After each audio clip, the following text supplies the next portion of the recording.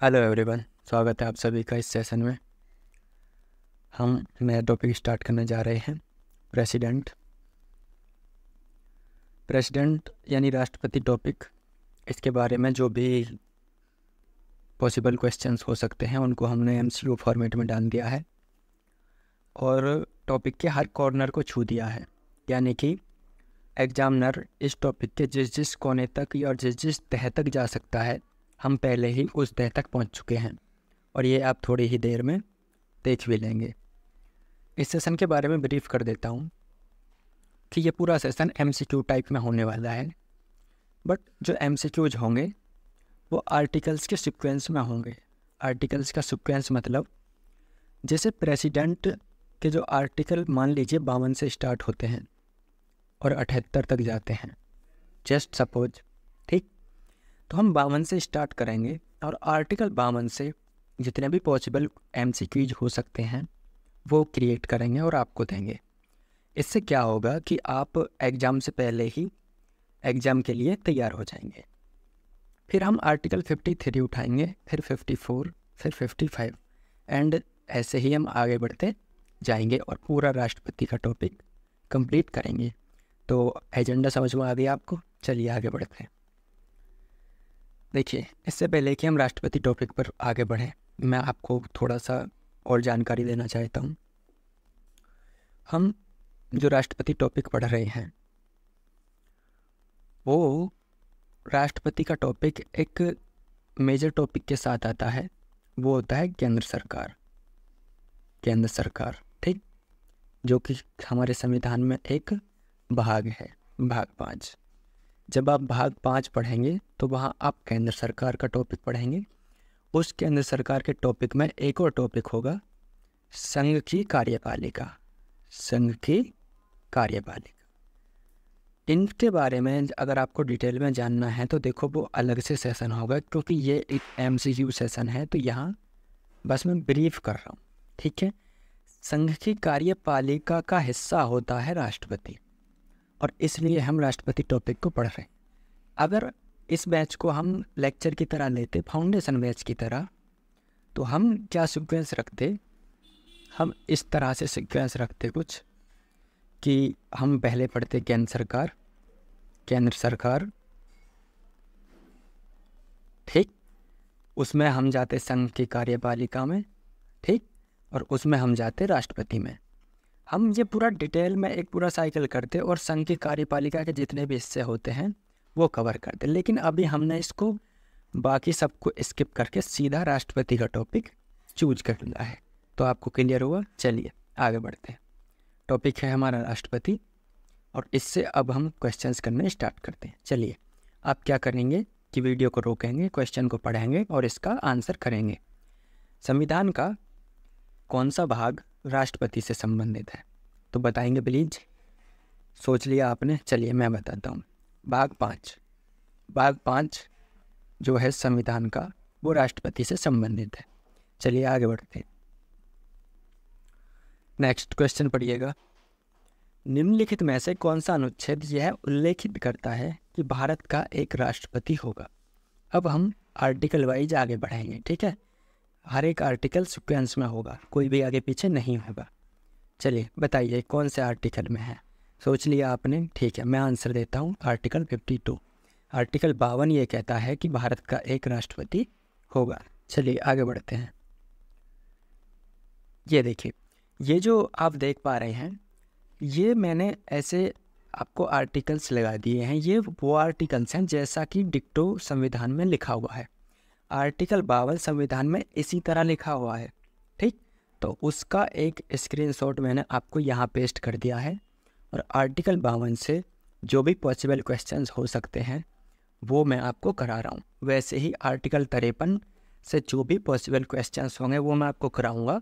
उसके बाद लास्ट में मैं आपको आर्टिकल 53 दिखाऊँगा कि कैसा संविधान में वो लिखा हुआ है। क्लियर है? आगे बढ़ते हैं। नेक्स्ट क्वेश्चन इज, संविधान के किस अनुच्छेद में संघ की कार्यपालिका का वर्णन है? जल्दी बता दीजिए कौन से अनुच्छेद में कार्यपालिका का वर्णन है। 65 से 92, 68 से 108, 37 से 51, 52 से 78। इनको आप ऑप्शन ए, बी और सी और डी मानिएगा प्लीज, ठीक है। इसलिए मैं लिख नहीं पाया हूँ क्योंकि लिखने में वक्त बहुत लगता है। तो ए बी सी डी मानकर ही दें, बताइएगा। सोच लिया आपने? चलिए मैं बताता हूँ। Option D is correct. 52 से 78 संघ की कार्यपालिका का वर्णन करता है। नेक्स्ट बताइएगा जी, संविधान के किस भाग में संघ की कार्यपालिका का वर्णन है? तो गौर से पढ़िएगा सवाल। आपको लग रहा होगा ये तो सवाल रिपीट हो गया, बट ऐसा नहीं है। ये कह रहा है संविधान के किस भाग में, ना कि किस अनुच्छेद में। पिछला जो सवाल था वो था संघ की कार्यपालिका का वर्णन किस अनुच्छेद में है, और ये है किस भाग में है। तो बताइए किस भाग में है। पढ़ लिया आपने? भाग 5, ऑप्शन इज डी। ठीक, क्लियर है? आगे बढ़े। देखिए नेक्स्ट सवाल, संघ की कार्यपालिका में कौन कौन शामिल होते हैं? बताइएगा जी, कौन कौन शामिल होते हैं संघ की कार्यपालिका में? राष्ट्रपति एवं उपराष्ट्रपति। ऑप्शन बी इज प्रधानमंत्री एवं मंत्रिमंडल। ऑप्शन सी इज महान्यायवादी। ऑप्शन डी इज उपरोक्त सभी, ऑल ऑफ द अबव। जल्दी बताइए। तो ऑल ऑफ द अबव ये सारे संघ की कार्यपालिका का हिस्सा होते हैं, और इन सब के लिए जो प्रावधान है वो कितने में है? आर्टिकल 52 से 78 तक। किसके? संघ की कार्यपालिका के। चलिए आगे बढ़ते हैं। क्वेश्चन इज, भारत में राज्य का प्रमुख कौन होता है? जल्दी बताइए। राज्यपाल, प्रधानमंत्री, राष्ट्रपति, उपराष्ट्रपति। यहाँ राज्य से मतलब, देखिए राज्य का अर्थ क्या होगा संविधान में, ये आर्टिकल 13 में बताया गया है। किस में? आर्टिकल 13 में। ठीक, आर्टिकल 13 में, ठीक है। और राज्य का अर्थ क्या है? एक बहुत ही वृहद अर्थ है, बहुत बड़ा अर्थ है राज्य का। तो यहाँ सामान्यतः राज्य का जो अर्थ है वो राष्ट्र है, ठीक है। जहाँ इस क्वेश्चन में कन्फ्यूज नहीं होना है। तो कौन होगा राज्य का प्रमुख? बताइए, तो सबको पता होगा कौन होगा जी, बताइए। राष्ट्रपति। ठीक, क्लियर है? आगे बढ़ते हैं। कौन भारत का प्रथम नागरिक कहलाता है? जल्दी बताइए, कौन कहलाता है? राष्ट्रपति, उपराष्ट्रपति, मुख्य न्यायाधीश या प्रधानमंत्री? जल्दी बता दीजिए। तो कहलाता है राष्ट्रपति, भारत का प्रथम नागरिक। नेक्स्ट, राष्ट्र की एकता, अखंडता एवं सुदृढ़ता का प्रतीक किसे माना जाता है? जल्दी बताइए। राष्ट्रपति, प्रधानमंत्री, उपराष्ट्रपति, मंत्रिपरिषद? सोच लिया आंसर? राष्ट्रपति। राष्ट्रपति को माना जाता है एकता, अखंडता एवं सुदृढ़ता का प्रतीक। नेक्स्ट, कौन सा अनुच्छेद यह उल्लिखित करता है कि भारत का एक राष्ट्रपति होगा? अच्छा, ये रिपीट हो गया, आर्टिकल 52 करता है। चलिए, भारत में संघ की कार्यकारी शक्तियाँ, संघ की कार्यकारी, संघ मतलब केंद्र सरकार, ठीक, संघ मतलब केंद्र सरकार। संघ की कार्यकारी शक्तियाँ किस में निहित होती हैं? जल्दी बता दीजिए। राष्ट्रपति में, लोकसभा में, मंत्रिपरिषद में या प्रधानमंत्री में? आप सोच लिया? ठीक है, मैं बताता हूँ। राष्ट्रपति में निहित होती है संघ की कार्यकारी शक्तियाँ। नेक्स्ट, संविधान के किस अनुच्छेद में यह उल्लेख मिलता है कि संघ की कार्यपालिका शक्ति राष्ट्रपति में निहित होगी और उसका प्रयोग वह संविधान के अनुसार प्रत्यक्ष या अपने अधीनस्थ अधिकारियों के माध्यम से करेगा? बताइए, कौन सा अनुच्छेद कहता है कि जो राष्ट्रपति है उसकी संघ की जो कार्यपालिका शक्ति है वो राष्ट्रपति में निहित होगी? तो 53।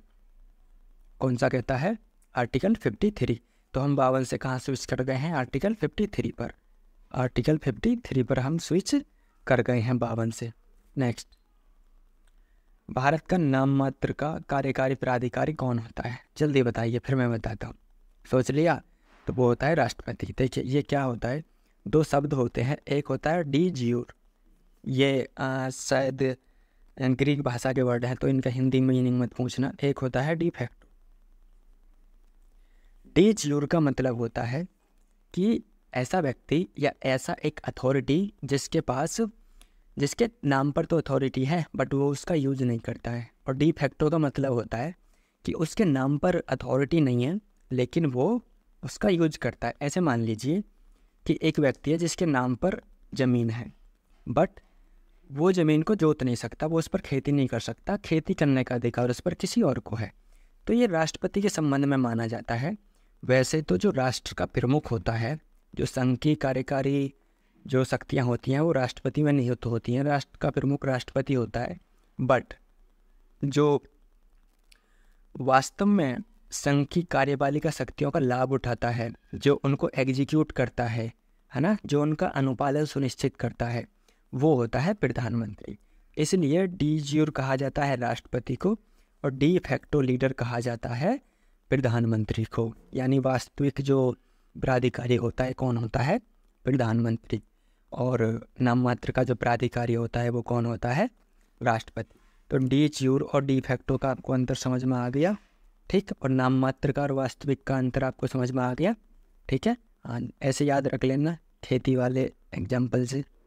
नेक्स्ट, राष्ट्रपति के नाम पर जारी और निष्पादित कार्यों को किसके द्वारा प्रमाणित या कार्यान्वित किया जाता है? देखिए, अभी आपने पढ़ा कि संघ की कार्यपालिका जो शक्तियाँ हैं राष्ट्रपति में निहित होंगी, तो सारे काम राष्ट्रपति के नाम पर होते हैं, ठीक। और राष्ट्रपति के नाम पर जब होते हैं तो ये कौन प्रमाणित करेगा कि ये कार्य ऐसे होगा और ये कार्य ऐसे होगा? जल्दी बताइए। प्रधानमंत्री, राष्ट्रपति, संसद या राष्ट्रपति द्वारा बनाए गए नियम? तो मैं आंसर देता हूँ। आंसर है नंबर 4। राष्ट्रपति खुद ऐसे नियम बनाता है कि मेरे नाम पर जो कार्य होंगे वो कैसे कैसे होंगे और उन्हें कौन करेगा। क्लियर है? तो क्वेश्चन है, राष्ट्रपति के नाम पर जारी और निष्पादित कार्यों को किसके द्वारा प्रमाणित या कार्यान्वयन किया जाता है? तो राष्ट्रपति जिस अपने नियमों में जिसको निर्धारित कर देंगे वो उनको क्रियान्वित करेगा और वो ही उनको प्रमाणित करेगा। और राष्ट्रपति किसको प्रमाणित करते हैं? प्रधानमंत्री को। लेकिन ये प्रमाणित करने का अधिकार किसने दिया? राष्ट्रपति ने। उन्होंने खुद ने नियम बनाए। नेक्स्ट, जिस अनुच्छेद में यह प्रावधान है कि संघ के रक्षा बलों की सर्वोच्च कमान राष्ट्रपति में निहित होगी और उसका प्रयोग विधि द्वारा विनियमित होगा, यानी जो केंद्र सरकार की जो फोर्सेस हैं, जो आर्मी है, उसका जो सर्वोच्च कमांडर होता है, हाईएस्ट कमांडर, सर्वोच्च सेनापति जो बोलते हैं उसको, वो राष्ट्रपति होता है। तो ऐसा कौन सा अनुच्छेद है जो ये बताता है कि राष्ट्रपति होगा? जल्दी बताइए। 50, 51, 52, 53। सोच लिया। आर्टिकल 53, आर्टिकल 53 2 सब क्लॉज 2 है ना। जैसे अनुच्छेद होता है ना, अनुच्छेद एक तो होता है अनुच्छेद। अनुच्छेद हो सकता है जैसे 1, 2, 3 डैश डैश डैश, ठीक, कितना ही भी। अब मान लीजिए इस अनुच्छेद के कई भाग हैं, तो उस अनुच्छेद में ऐसा हो सकता है एक कै, एक है, एक गै। तो ये होगा आर्टिकल और इसको कहेंगे सब आर्टिकल, ठीक है। तो या फिर सब क्लोज, सब आर्टिकल या सब क्लोज, ठीक। तो आर्टिकल 53 का सब क्लोज 2 कहता है, यानी आर्टिकल 53 में ही दूसरा पॉइंट कहता है कि संघ के रक्षा बलों का सर्वोच्च कमांडर कौन होगा? राष्ट्रपति होगा। क्लियर है पॉइंट? चलिए आगे बढ़ते हैं। संविधान के किस अनुच्छेद में यह प्रावधान है कि संघ के रक्षा बलों की सर्वोच्च कमान राष्ट्रपति में निहित होगी और उसका प्रयोग विधि द्वारा विनियमित होगा? फिर द्वारा से कर दिया क्या? हाँ, शायद द्वारा हो गया, कोई बात नहीं, ठीक है। यहाँ आर्टिकल 53 2 आंसर होगा जो मैंने आपको बताया, ठीक है। नेक्स्ट बढ़े। हाँ जी, नेक्स्ट क्वेश्चन। भारतीय सशस्त्र बलों का सर्वोच्च कमांडर होने के नाते, अब हमने यहाँ घोषित कर दिया, पहले बताया कि कौन सा आर्टिकल घोषित करता है राष्ट्रपति को सर्वोच्च कमांडर, अब हमने यहाँ कह दिया कि सर्वोच्च कमांडर होता है। होने के नाते गणतंत्र दिवस के अवसर पर मार्च पास्ट के दौरान विभिन्न रेजिमेंटों की सलामी कौन लेता है? जो आपने देखे हैं ना, वो मतलब बहुत सारी आर्मी नेवी सल्यूट करते हुए जाते हैं, तो उनकी सलामी कौन लेता है? तो उनकी सलामी लेता है राष्ट्रपति। क्यों? क्योंकि वो सर्वोच्च कमांडर होता है आर्टिकल 53 सब क्लॉज 2 के तहत। क्लियर है? चलिए आगे बढ़ते हैं। देखिए, यहाँ आर्टिकल 53 कंप्लीट होता है और आर्टिकल 53 जैसा संविधान में लिखा है वैसा ही मैंने यहाँ आपको पेस्ट कर दिया है। आर्टिकल 53 का नाम क्या है? संघ की कार्यकारी शक्ति। क्या नाम है? संघ की कार्यकारी शक्ति। इसमें कितने क्लॉज हैं? 1, 2, 3, लेकिन आपके लिए 2 क्लॉज ही इम्पोर्टेंट है। पहला क्लॉज यही है कि संघ की कार्यपालिका शक्ति राष्ट्रपति में निहित होगी। दूसरा क्लॉज यही है कि संघ के रक्षा बलों की सर्वोच्च कमान राष्ट्रपति में निहित होगी। ठीक, हाँ, बाकी और इस पर आपको ध्यान नहीं देना है। नेक्स्ट करते हैं आगे। अब आपने 2 आर्टिकल पढ़ लिए, आर्टिकल 52 और आर्टिकल 53 जो राष्ट्रपति से संबंधित था। अब राष्ट्रपति के निर्वाचन से जुड़े हुए जो भी प्रावधान है उन पर हम चर्चा करते हैं। नेक्स्ट बढ़ते हैं आगे। देखिए कौन सा अनुच्छेद राष्ट्रपति के निर्वाचन से संबंधित है। जब हम निर्वाचन स्टार्ट कर रहे हैं तो सबसे पहला सवाल तो हमारा यही बनता है कि कौन सा आर्टिकल है वो जो राष्ट्रपति के निर्वाचन को निर्धारित करता है कि नहीं। तो बताइएगा कौन सा है, सोच लिया, ठीक है, आर्टिकल 54। अब आप अंदाज़ा भी लगा सकते हैं कि मैंने आपसे क्या कहा कि हम चलेंगे क्रम में, पहले हमने 52 किया, फिर हमने 53 किया, तो डेफिनेटली अब हम 54 कर रहे होंगे। इस तरह कॉमन सेंस भी लगाइएगा, ठीक है, और बाकी तो मैं करा ही रहा हूँ। तो राष्ट्रपति के निर्वाचन से संबंधित कौन सा अनुच्छेद है, आर्टिकल 54। नेक्स्ट बढ़े आगे, चलिए। राष्ट्रपति के निर्वाचन में भाग लेने वाले कुल सदस्यों को कहा जाता है, यानी कि जो लोग राष्ट्रपति को निर्वाचित करते हैं, चुनते हैं, उन सारे लोगों को मिलाकर क्या कहा जाता है, निर्वाचन मंडल, प्रथम मतदाता समूह, कुलीन चुनाव समूह, प्रेसिडेंट कॉलेज। एक्चुअली ऑप्शन थोड़े से गलत बन गए। निर्वाचन मंडल भी कहते हैं लेकिन उसी को इंग्लिश में प्रेसिडेंट कॉलेज भी कहते हैं। प्रेसिडेंट कॉलेज दोनों एक ही हैं, ठीक। तो ये एक ही मतलब ऑप्शन है, ये हिंदी में लिखा है, इंग्लिश में लिखा है। निर्वाचक मंडल कहा जाता है सभी सदस्यों को, और इंग्लिश में कहा जाता है president college. Next, president college यानी निर्वाचक मंडल में निर्वाचक मंडल का प्रावधान किस अनुच्छेद में है? जी बताइए किस अनुच्छेद में है? तो किस अनुच्छेद में है? 54 में। ये अभी तो बताया मैंने आपको कि निर्वाचन से जुड़ा प्रावधान किस अनुच्छेद में है, तो 54 में है। नेक्स्ट, अनुच्छेद 54 के तहत राष्ट्रपति के निर्वाचन मंडल में कौन कौन शामिल होते हैं? जी बताइए कौन कौन शामिल होते हैं? पहला ऑप्शन है दोनों सदनों, संसद के दोनों सदनों के निर्वाचित सदस्य। दूसरा ऑप्शन है राज्यों के विधानमंडलों के निर्वाचित सदस्य। और तीसरा ऑप्शन है दिल्ली एवं पुडुचेरी की विधानमंडल के निर्वाचित सदस्य। चौथा ऑप्शन है उपरोक्त सभी, और पांचवा ऑप्शन है दोनों में से कोई नहीं। मैंने यहाँ 5 ऑप्शन बनाए हैं, आपकी जानकारी को बढ़ाने के लिए बनाए हैं, तो आप सोचकर जवाब दीजिएगा। सोच लिया आपने? हाँ जी, मैं जवाब दूँ? ठीक है, उपरोक्त दोनों, ना कि उपरोक्त दोनों बल्कि उपरोक्त तीनों। क्योंकि होता क्या है कि आर्टिकल 54 के तहत जो निर्वाचक मंडल का प्रावधान है उसमें 2 चीज़ें हैं। पहला, संसद के दोनों सदनों के निर्वाचित सदस्य, और दूसरा राज्यों के विधानमंडलों के निर्वाचित सदस्य प्लस, ठीक है, दिल्ली एवं पुडुचेरी की विधानमंडल के निर्वाचित सदस्य। यानी मैंने जो 3 ऑप्शन बनाए हैं ये आर्टिकल का, संविधान का जो एक्चुअल आर्टिकल है उसमें सिर्फ 2 सब क्लोज हैं, पहला और दूसरा, मतलब 2 बिंदुओं के तहत बताया गया है, मैंने उसके 3 बिंदु बना दिए हैं। और ये जो दिल्ली और पुडुचेरी के विधानमंडल को जो वोट देने का अधिकार मिला राष्ट्रपति के निर्वाचन में, वो 70वें संविधान संशोधन अधिनियम 1992 के द्वारा मिला। यानी 70वें संशोधन अधिनियम द्वारा इस प्रावधान को जोड़ा गया। क्लियर है? आगे बढ़े। देखिए, निम्नलिखित में से कौन राष्ट्रपति के निर्वाचन में भाग नहीं लेता है? जी बताइए, ऑप्शन आपके सामने है। पहला, संसद के दोनों सदनों के मनोनीत सदस्य। दूसरा ऑप्शन है राज्य विधानसभाओं के मनोनीत सदस्य, जिसमें दिल्ली एवं पुडुचेरी विधानसभा के मनोनीत सदस्य भी शामिल होते हैं। तीसरा ऑप्शन है राज्य विधान परिषद के सदस्य, जहाँ जहाँ भी राज्य विधान परिषद है, सभी जगह राज्य विधान परिषद नहीं है, सिर्फ 6 राज्यों में विधान परिषद है। नेक्स्ट इज विघटित हो चुकी विधानमंडल के सदस्य। हाँ, शर्त यह है कि उस विधानमंडल का जो चुनाव है वो राष्ट्रपति के निर्वाचन से पूर्व ना हुआ हो। और नेक्स्ट ऑप्शन इज उपरोक्त सभी, यानी ऑल ऑफ द अबव। तो बताइए कौन कौन भाग नहीं लेते हैं? तो ये ऑप्शन आपकी नॉलेज चेक करने के लिए नहीं बनाया गया था, ये आपको जानकारी देने के लिए बनाया गया था। क्या जानकारी? कि कौन कौन राष्ट्रपति के निर्वाचन में भाग नहीं लेता है, मैंने उनको यहाँ लिख दिया है, और इसका उत्तर है उपरोक्त सभी। तो इन्हें आप अच्छे से रट लेंगे। यानी जहाँ जहाँ मनोनीत आ जाएगा वो भाग नहीं लेंगे, जहाँ जहाँ मनोनीत आ गया वो भाग नहीं लेंगे, और विधान परिषद के सदस्य और विघटित हो चुकी विधानमंडल के सदस्य भाग नहीं लेंगे। इस तरह आप ट्रिक से याद कर लेंगे। आगे बढ़ते हैं। राष्ट्रपति का निर्वाचन कैसा होता है? प्रत्यक्ष होता है, अप्रत्यक्ष होता है, या फिर दोनों में से कोई नहीं? जल्दी बता दीजिए क्या होता है। तो इसका आंसर होता है कि ये अप्रत्यक्ष होता है। नेक्स्ट, अप्रत्यक्ष का मतलब है कि लोगों द्वारा डायरेक्ट नहीं चुना जाता है।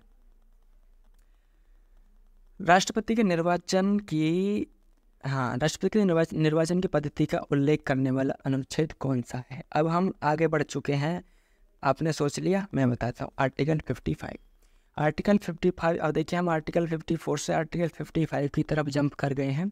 तो बताना है कि राष्ट्रपति का जो निर्वाचन होता है वो निर्वाचन कैसे होगा, उसकी क्या पद्धति है, उसको बताने वाला अनुच्छेद कौन सा है?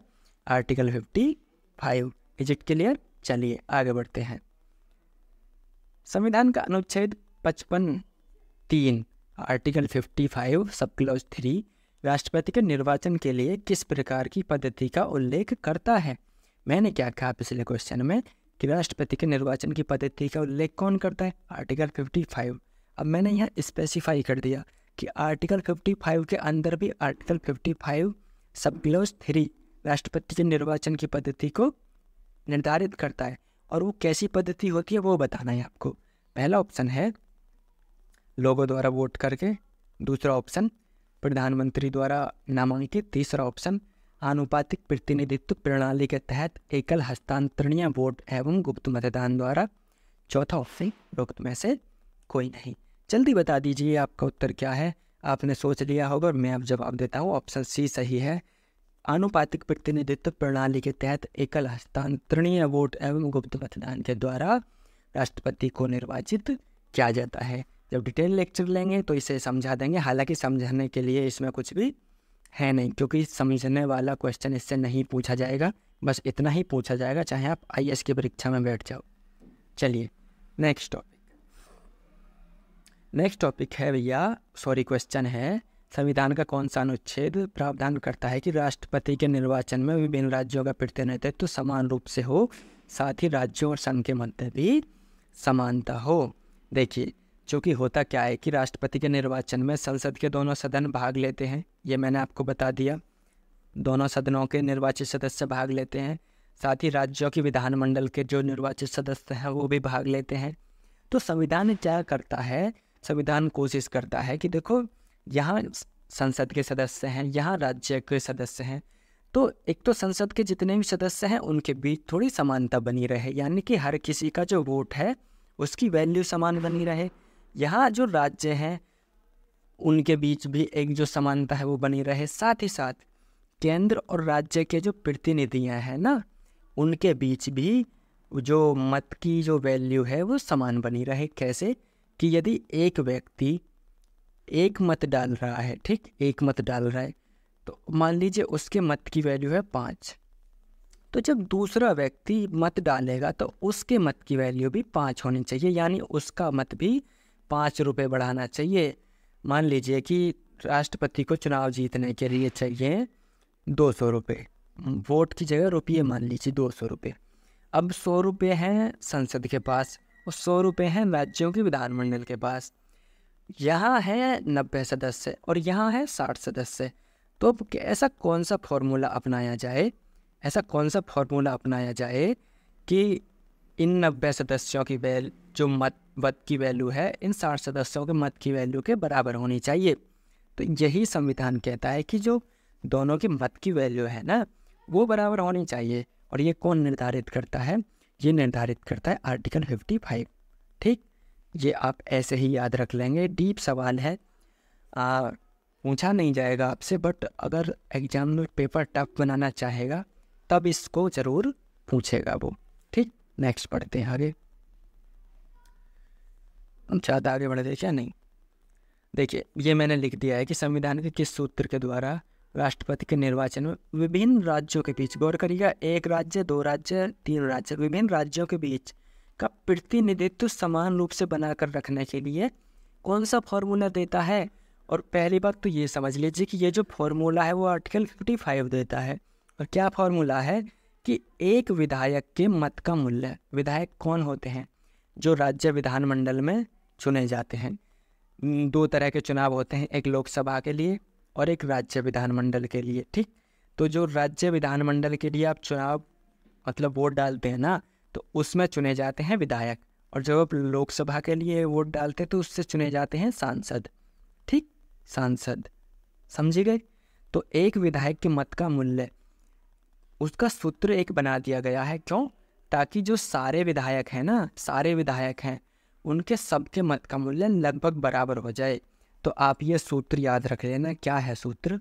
कि उस राज्य के, जिस राज्य का वो विधायक है, उस राज्य की कुल जनसंख्या को, जिस राज्य विधानसभा का वो विधायक है, उसमें जितने भी निर्वाचित सदस्य हैं, जितने भी निर्वाचित सदस्य हैं, जैसे मान लीजिए उत्तर प्रदेश में 403 सीट है विधानसभा में, तो 403 से भाग देंगे। मान लीजिए उत्तर प्रदेश की जनसंख्या है 19 करोड़, तो मान लीजिए 19 करोड़ ऊपर रखेंगे, गुणा 1/1000। इतना करने के बाद जो वैल्यू आएगी ना, तो इस राज्य के, उत्तर प्रदेश राज्य के हर विधायक की मत की जो वैल्यू होगी उतनी ही होगी। मान लीजिए x वैल्यू आती है, तो जब ये एक व्यक्ति राष्ट्रपति के चुनाव में वोट देना जाएगा ना, तो ये वोट तो एक देगा, लेकिन उस एक वोट की वैल्यू कितनी होगी? x। उस एक वोट की वैल्यू कितनी होगी? x। तो आप समझ गए? अब उम्मीद है मुझे समझ गए होंगे, क्योंकि ये थोड़ा सा कठिन और टेक्निकल कॉन्सेप्ट है ना, काफ़ी टेक्निकल है। इसको समझने के लिए 2-3 बार आपको रिवाइज करना पड़ेगा इसको, बट आ जाएगा, ठीक, घबराना नहीं है। तो अब देखिए, वैसे ही किस फॉर्मूले द्वारा संविधान राष्ट्रपति के निर्वाचन में संघ यानी केंद्र और राज्यों के बीच समानता रखता है? अभी हमने पढ़ा था राज्य और राज्यों के बीच, अब हम पढ़ रहे हैं केंद्र और राज्यों के बीच। ये बहुत सारे राज्य, मतलब सारे राज्य और एकमात्र केंद्र के बीच। तो कौन से फॉर्मूले के द्वारा अब समानता बनाकर रखता है? उसके लिए ये है फॉर्मूला कि एक संसद के सदस्य के मत का मूल्य क्या होगा? सभी राज्य के जो विधायक हैं, सभी राज्यों के विधायक, टोटल जो भी 28 राज्य हैं, उनके मतों का जो कुल मूल्य है, ठीक, उसको भाग देना है किससे? संसद यानी लोकसभा और राज्यसभा, लोकसभा और राज्यसभा, लोकसभा और राज्यसभा के निर्वाचित सदस्यों की कुल संख्या, के निर्वाचित सदस्यों की कुल संख्या को उससे भाग दे देना है। किससे भाग दे देना भैया? कि जितने भी राज्य हैं ना, और उस राज्य में, सभी राज्यों में जितने भी विधायक हैं, उन सभी विधायकों के मतों का कुल मूल्य। यानी एक राज्य में मान लीजिए जैसे यूपी में 403 विधायक हैं, 403 विधायकों के सारे मतों का मूल्य मिलाया, फिर बाकी राज्यों के सारे विधायकों के मतों का मूल्य मिलाया और उसको लिख दिया यहाँ, मान लीजिए वो हो गया x, उसको दे दिया लोकसभा और राज्यसभा के निर्वाचित सदस्यों की संख्या से भाग, ठीक। तो ये क्या हो गया? इससे आ जाएगी एक संसद के सदस्य के मत का मूल्य। और जब एक संसद सदस्य वोट डालने जाएगा तो उसका वोट की वैल्यू क्या होगी? जो इस फॉर्मूले से निकल कर आएगी। क्लियर है? और आप हैरान हो जाएंगे कि इसकी वैल्यू जो होती है ना, इसकी वैल्यू इस विधायक के मत के मूल्य के बराबर निकल के आती है। ऐसा फॉर्मूला सेट किया है, ठीक, दोनों की वैल्यू बराबर, लगभग बराबर निकल के आती है। चलिए आगे बढ़ते हैं। टेक्निकल चीज़ खत्म, अब आसान चीज़ें बची हैं। चलिए जी आगे बढ़ते हैं। नेक्स्ट क्वेश्चन इज, राष्ट्रपति के निर्वाचित होने के लिए किसी उम्मीदवार को कितने न्यूनतम मत प्राप्त करने होते हैं? ऑप्शन आपके सामने, जल्दी बताइए। 2 मत, 49%, 50%, कुल वैध मत बटे 2 + 1। जल्दी बताइए। चलिए मैं बताता हूँ। ये किसी उम्मीदवार को कितने न्यूनतम मत प्राप्त करने होते हैं? कुल वैध मत बटे 2 + 1, इतने ही प्रतिशत मत। इसका एक फॉर्मूला होता है कि कितने वैध मत प्राप्त करने होते हैं, और वो है ये, निश्चित मतों का भाग उसको प्राप्त करना होता है जो भी व्यक्ति राष्ट्रपति का चुनाव जीतना चाहता है। क्या है? कुल वैध मत जितने भी हैं उसको भाग देना है किससे? एक होता है, ये एक का मतलब है यहाँ निर्वाचित होने वाले उम्मीदवारों की संख्या, यानी कि जो फाइनल रूप से चयन होगा। किसका, कितने लोगों का फाइनल रूप से चयन होता है? एक व्यक्ति का। एक ही व्यक्ति हमारे यहाँ राष्ट्रपति बनता है, तो यहाँ एक रखते हैं, उसमें एक जोड़ते हैं एक्स्ट्रा, ठीक। तो ये इस तरह से 2 आता है। ये पूरा करने के बाद क्या करने का? कुल वैध मतों में इस 2 से भाग देने के बाद उसमें +1 कर देते हैं, तो ये एक प्रतिशत निकल के आता है, और इतने प्रतिशत मत उस व्यक्ति को प्राप्त करने ही होते हैं। जब तक वो इतने मत नहीं प्राप्त कर लेगा उसको विजयी घोषित नहीं किया जाएगा। और ऐसा नहीं है कि उसने 50% मत प्राप्त कर लिए तो वो विजयी घोषित हो जाएगा, नहीं, इतना भाग उसको प्राप्त करना होगा। चलिए आगे बढ़ते हैं। नेक्स्ट सवाल इज, राष्ट्रपति चुनाव से संबंधित कोई भी विवाद हो जाता है तो उसकी जांच एवं फैसला कौन करता है, जिसका निर्णय अंतिम होता है? जल्दी बताइए। प्रधानमंत्री एवं उसकी मंत्रिपरिषद, लोकसभा, उच्च न्यायालय, उच्चतम न्यायालय? सोच लिया आंसर? मैं बताता हूँ, उच्चतम न्यायालय, सुप्रीम कोर्ट। यानी कि राष्ट्रपति चुनाव से रिलेटेड कोई भी इशू खड़ा हो जाए, कोई भी A to Z कुछ भी मुद्दा खड़ा हो जाए, सारे फैसले सीधे सुप्रीम कोर्ट में जाएंगे और सुप्रीम कोर्ट ने जो कह दिया वो अंतिम सत्य है, उसे कोई नहीं बदल सकता। Got it? नेक्स्ट, राष्ट्रपति चुनाव से संबंधित सभी विवादों की जांच सुप्रीम कोर्ट करेगा, ऐसा कौन सा अनुच्छेद कहता है? जल्दी बताइए कौन सा अनुच्छेद कहता है। अब आप घूमने वाले हैं। हाँ जी बताइए। Article 71 sub clause 1। अब आप कहेंगे कि सर आपने कहा था हम आर्टिकल वाइज पढ़ेंगे और अभी तो हमने सिर्फ 55 तक ही पढ़ा है, तो आप ये 71 क्यों ले आए? 71 में इसलिए ले आया क्योंकि ये राष्ट्रपति के चुनाव से जुड़ा हुआ था और यहाँ कराना ज़रूरी था, बाद में फ्लो टूट जाता, इसलिए मैंने करा दिया। तो देखो, फ्लो बनाना है चाहे आर्टिकल वाइज बना लीजिए चाहे आप कंटेंट वाइज बना लीजिए, तो मुझे उचित लगा कि चुनाव चल रहा है तो चुनाव के टॉपिक में ये करा देना चाहिए, इसलिए मैंने आर्टिकल 71 क्लॉज 1 करा दिया आपको। नेक्स्ट, राष्ट्रपति निर्वाचन को कौन अवैध घोषित कर सकता है? लोकसभा, प्रधानमंत्री, उच्चतम न्यायालय, संसद? जल्दी बताइए। मैं बताता हूँ, उच्चतम न्यायालय एकमात्र जिसके पास पावर है अवैध घोषित करने की, वो किसके पास है? सुप्रीम कोर्ट के पास। नेक्स्ट, सुप्रीम कोर्ट राष्ट्रपति निर्वाचन को अवैध घोषित कर सकता है, यह किस अनुच्छेद में उल्लिखित है? जल्दी बता दीजिए। Article 71 sub clause 2। Article 71 sub clause 2। राष्ट्रपति चुनाव से जुड़े हुए जितने भी विवाद से जुड़ी चीज़ है ना, राष्ट्रपति चुनाव और सुप्रीम कोर्ट का जहाँ मुद्दा फंसे वहाँ आर्टिकल 71 लगा देना। मैंने तो फिर भी थोड़े कॉम्प्लेक्स ऑप्शंस बनाए हैं, बट रियल एग्जाम में आपको थोड़े अच्छे मतलब आसान ऑप्शन मिलेंगे। जैसे 71 एक ऑप्शन में मिलेगा, फिर बाकी और ऑप्शन मिलेंगे, जैसे 85 मिल सकता है, 73 मिल सकता है, 62 मिल सकता है, इस तरह। बट 71 के लिए देखो मैंने यहाँ 2 ऑप्शन बना दिए, तो इसमें कंफ्यूज हो सकते हैं आप, बट रियल एग्जाम में थोड़ा इजी लेवल आएगा। तो बताइए, राष्ट्रपति निर्वाचन को सुप्रीम कोर्ट अवैध घोषित कर सकता है? हाँ तो बताइए, 71 सब क्लॉज 2 में है, ठीक है। आगे बढ़िए। क्या राष्ट्रपति निर्वाचन को निर्वाचक मंडल आपको पता है ना क्या होता है? प्रेसिडेंट कॉलेज, ठीक है। कितना है आर्टिकल 54, भूलना नहीं है। कौन कौन होता है? वो दोनों सदनों के निर्वाचित सदस्य, संसद के दोनों सदनों के निर्वाचित सदस्य, राज्य विधानमंडल के जो दोनों सदनों के निर्वाचित सदस्य, और दिल्ली और पुदुचेरी के विधानमंडल के निर्वाचित सदस्य हैं, भूलना नहीं है, ठीक है। अब मान लीजिए उस निर्वाचक मंडल में कोई सीट खाली है, मतलब कि जैसे किसी राज्य में 500 सीट है विधानमंडल की, और उसमें से 593 सीट भरी चुनाव के दौरान, 7 खाली रह गई। तो क्या उन 7 खाली सीटों के आधार पर हम ये कह सकते हैं कि नहीं देखो ये तो खाली सीट हैं और राष्ट्रपति का चुनाव में इन 7 लोगों ने तो मतलब पार्टिसिपेट नहीं किया, तो इस चुनाव को रद्द घोषित कर दो? तो अब मुझे बताइए कि क्या ऐसा क्या जा सकता है? निर्वाचक मंडल में रिक्ति होने के आधार पर क्या राष्ट्रपति चुनाव को अवैध घोषित किया जा सकता है? Is it possible? हाँ और ना में जवाब दे दीजिए। मैं बताता हूँ, नहीं किया जा सकता। रिक्ति के आधार पर बिल्कुल नहीं किया जा सकता। और ऐसा किस अनुच्छेद में लिखा है कि रिक्ति के आधार पर अवैध घोषित नहीं किया जा सकता? Article 71 sub clause 3। Article 71 sub clause 3, ठीक है, क्लियर है। आगे बढ़े। राष्ट्रपति निर्वाचन अवैध घोषित होने पर क्या उसके द्वारा किए गए कार्य भी अवैध घोषित हो माने जाएंगे? जल्दी बता दीजिए, जल्दी बताइए। सोच लिया आपने?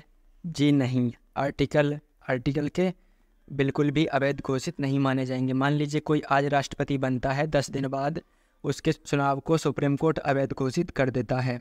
उसके चुनाव को सुप्रीम कोर्ट क्या कर देता है? अवैध घोषित कर देता है।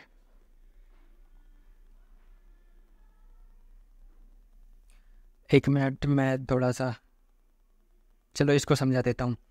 उसके चुनाव को सुप्रीम कोर्ट अवैध घोषित कर देता है और इस 10 दिन में मान लीजिए जो राष्ट्रपति है वो बहुत सारे काम कर देता है, कुछ जजों की नियुक्ति कर देता है या फिर और भी कुछ काम कर देता है, तो क्या ये काम अवैध घोषित हो जाएंगे? तो इसका जवाब है बिल्कुल भी नहीं, अवैध घोषित नहीं होंगे, वो वैध बने रहेंगे। बेसिक निर्वाचन अवैध घोषित हो गए। लेकिन ये जो मैंने क्वेश्चन कराया था कि निर्वाचक मंडल रिक्त होने के आधार पर अवैध घोषित नहीं किया जा सकता, माफ़ी चाहता हूँ, वो 71 सब क्लॉज 3 नहीं है, 71 सब क्लॉज 4 है। 71 सब क्लॉज 3 में आगे कराने वाला हूँ। और ये पीछे वाला क्वेश्चन कौन सा था? ठीक है, ये ठीक है, ये भी ठीक है। और ये हो गया, अवैध घोषित किया जा सकता है, वैध माने जाएंगे, ठीक है।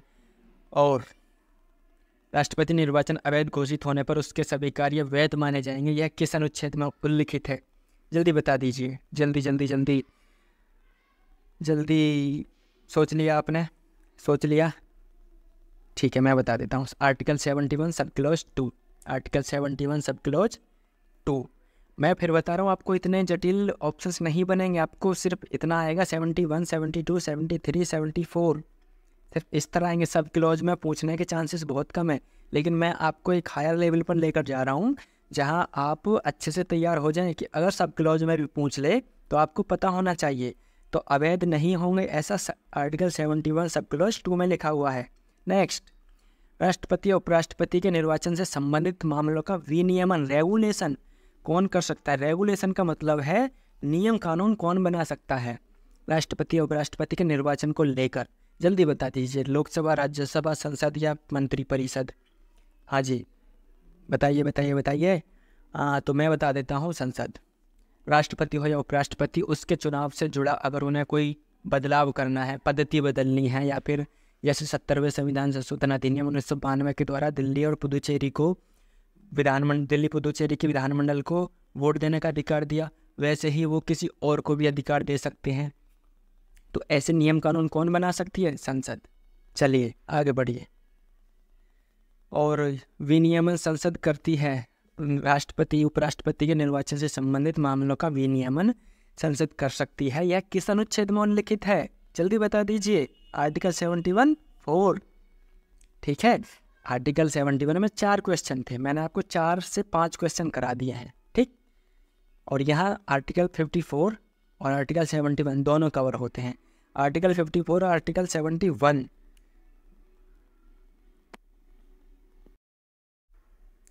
चलिए, बीच में थोड़ी सी कॉल आ गई थी तो थोड़ा सा पॉज हो गया।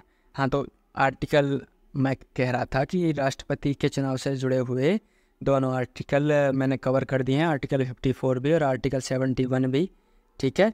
तो आर्टिकल 54 जैसे संविधान में लिखा हुआ है वैसा मैंने आपको यहाँ दे दिया है। आर्टिकल 54 का नाम क्या है? राष्ट्रपति का चुनाव, ये नाम है, हेडिंग है, जैसा कॉन्स्टिट्यूशन में लिखा हुआ है। उसमें क्या लिखा हुआ है? देखिए, मैं ये बात कह रहा था कि जो निर्वाचक मंडल का प्रावधान है यहाँ दिया है आर्टिकल 54 में, लेकिन उसमें सिर्फ 2 पॉइंट हैं। संसद के दोनों सदन और राज्य की विधानसभाओं के निर्वाचित सदस्य। जो दिल्ली और पुदुचेरी वाला जो प्रावधान है ना, वो 70वें संविधान संशोधन द्वारा बाद में जोड़ा गया, ठीक। आगे बढ़ते हैं। और ये, हाँ सॉरी, माफ़ कीजिए, आर्टिकल 55 तो मैं भूल ही गया, जिसका नाम है राष्ट्रपति के चुनाव का तरीका, जिसमें पद्धति दी गई है कि राष्ट्रपति का चुनाव कैसे होगा, ठीक। तो ये आप पूरा पढ़ सकते हैं। मैंने पूरा करा दिया। आर्टिकल 55 से जुड़े 3 सब क्लोज हैं और तीनों मैंने आपको तीनों से क्वेश्चन करा दिए हैं। आर्टिकल 71 नहीं लगाया मैंने यहाँ, चलो आगे लगाया होगा, मैं आगे दिखा दूंगा आपको, ठीक। ये तो मैंने आपको करा दिया।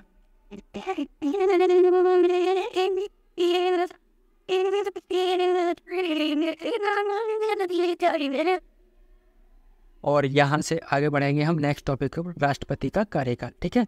तो